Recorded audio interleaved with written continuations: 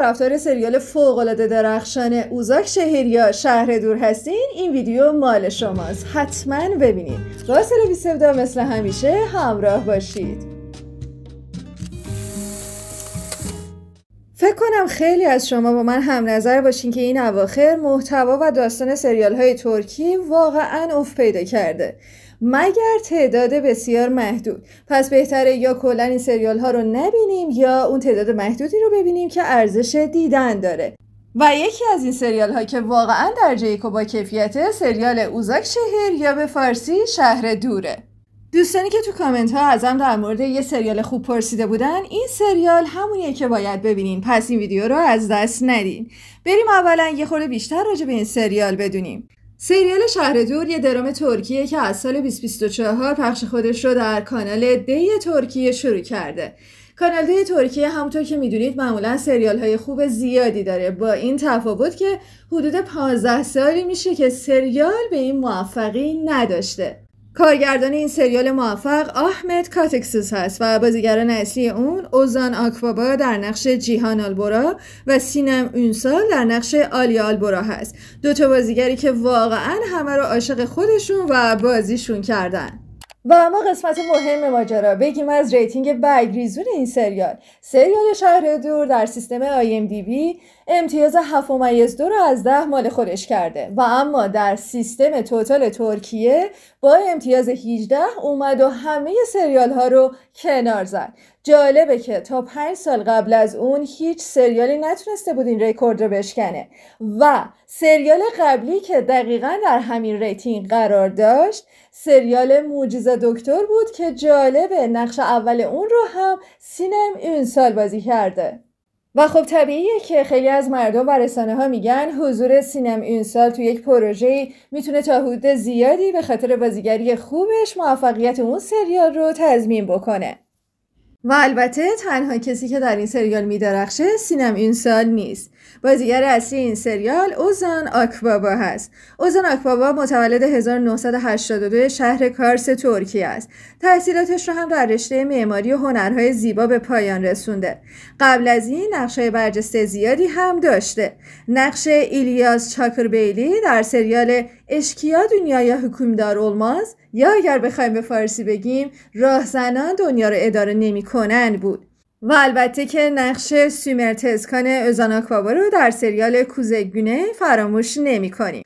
و جالبه که بدونید محبوبیت اوزان آکبابا در این سریال فقط محدود به بازیگری خوبش نمیشه، بلکه عوامل سریال و بازیگران خیلی جاها عنوان کردن که اوزان آکبابا یکی از خوش انرژی ترین و صمیمی ترین افراد این کادره. و حتی میگن لحظات خنده‌داری که اوزان آکبابا ایجاد میکنه به حدی هست که گاهن نمیتونن فیلم برداری رو ادامه بدن. در همین رابطه یه ویدیو از فریدکایا ببینیم که در سریال نقش دمیر بایبارس رو داره. فریدکایا تاکید میکنه که اوزان آکبابا فرد بسیار خوش انرژی هست و با اینکه مدت زیادی نیست که اون رو میشناسه انگار که دوستان و برادرهای 20 ساله همدیگه هستن. Ozan ne kadar güzel enerjisi olan bir adam. Mükemmel bir adam. Ben de çok seviyorum. Ben yeni tanıştım ama sanki 20 yıldır kardeşmişiz gibi bir enerji var aramızda. Düzgün bir adam gerçekten. Mükemmel bir Sinem insan. de evet iyi görünüyor. Sinem de çok iyi bir oyuncu ve insan. Böyle olunca setin enerjisi, kimyası tutunca işler biraz daha kolay hale geliyor. Çok şükür ki bir de şehir dışındayız. Zor. Ay çok zor. Herkes evinden, yatağından, işte çocuğundan, sevdiklerinden uzakta. Ama oradaki enerjimiz çok güzel olduğu için onu biraz daha bastırabiliyoruz sanırım.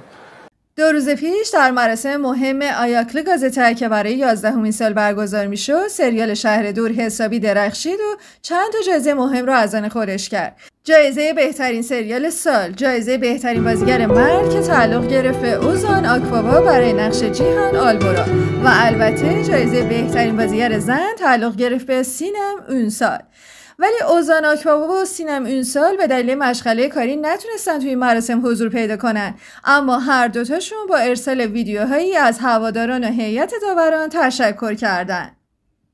و همه ما خوب میدونیم که چنین سریال مطرح و موفقی نمیتونه بدون حواشی باشه. یکی از حاشیه این سریال در مورد دیلین دوار که نقش زرین آلبورا و آتکان özkaya که نقش کایا آلبورا رو ایفا میکنن هستش.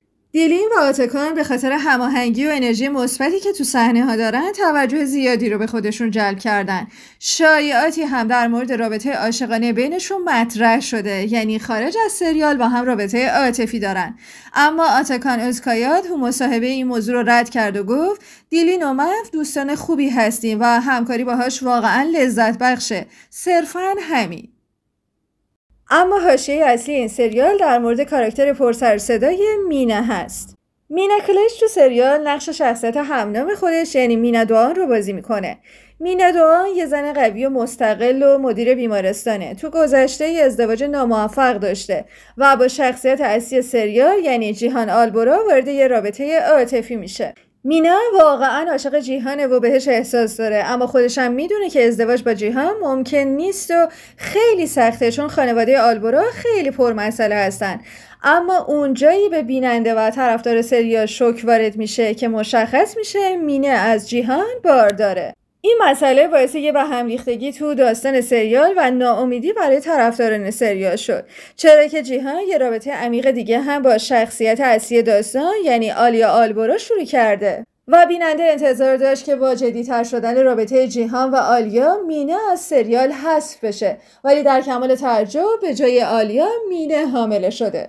یه پچ و واپچ‌هایی هم در این ارتباط سر زبون‌ها افتاد، اینکه مینا کلج منیجرش رابطه بسیار خوبی با نویسنده سریال داره، به همین خاطر داستان رو به نفع مینا جوری طراحی کردن که مینا کلج بتونه همچنان در سریال حضور داشته باشه. از طرفی بینندگان و طرفداران دو آتیشه سریال تو صفحه مجازی مینا کلج حسابی بهش تاختن و گفتن لطفاً خودت با پای خودت از سریال برو بیرون و به داستان گند نزن و با پارتی بازی سعی نکن که در سریال همچنان حضور داشته باشی. ولی کار به اینجا ختم نشد و یه سری از طرفداران دو آتیشه مزاحمت‌هایی هم برای برادرزاده 10 ساله مینا کلج ایجاد کردن. طی همین اتفاق مینا کلج یه ویدیو از خودش منتشر کرد و گفت من با عکسایی که برای من میفرستید میخندم و خوشحال میشم، اما وقتی پای خانواده در میون باشه مجبورم که یک سری اقدامات قانونی انجام بدم. تا به اینجای ویدیو حتما برامون بنویسین که آیا شما هم جز اون دسته کسانی هستین که fake میکنین مینه حتما باید از داستان حذف بشه و حضورش در serial واقعا دیگه معنی نداره. Selamlar. 2 hap bilgiyle karşınızdayım. Ülkenin gündeminde bunlar olurken şu story atmaktan gerçekten birazcık sizin adınıza ben utanıyorum ama artık 10 yaşındaki yeğenime kadar da tuhaf tuhaf fotoğraflar, mesajlar atamazsınız bölüm bittikten sonra. Hadi bana atılan mesajlara gülüyorum, eğleniyorum, motive oluyorum karakterimi oynarken. Fakat artık ailesel bir şeye dönüştüyse bu 10 yaşındaki yeğenime kadar mecburen yasal işlemler başladı. خیلی گمان میکنن که این سریال برگرفته از یک حکایت واقعیه، ولی در واقع اینجوری نیست، بلکه این سریال یک اقتباس تا حدودی تغییر یافته از یک سریال عربی بسیار معروف به اسم الحیبا هست. سریال الحیبا که داستانش در مرز لبنان و سوریه میگذره کلی طرفدار داشته و در سریال‌های عربی جزو محبوب ترین هاست، ولی اتفاقا یکی از تغییرات خیلی ناجوری که در نسخه ترکیش اتفاق افتاده همینه که حضور مینه در سریال ادامه دار هست، در حالی که در نسخه عربی اون بعد از اینکه نقش اصلی سریال با عشق زندگیش آشنا میشه معشوقش از داستان حذف میشه. بسیار خوب، این هم از ویدیو امشبمون در مورد محبوب ترین سریال ترکیه در سالهای اخیر. شما طرفدار این سریال هستین؟ آیا انتقادی در موردش دارین؟ برامون بنویسین. متشکرم از همراهیتون. مراقب خودتون باشید. خداحافظ.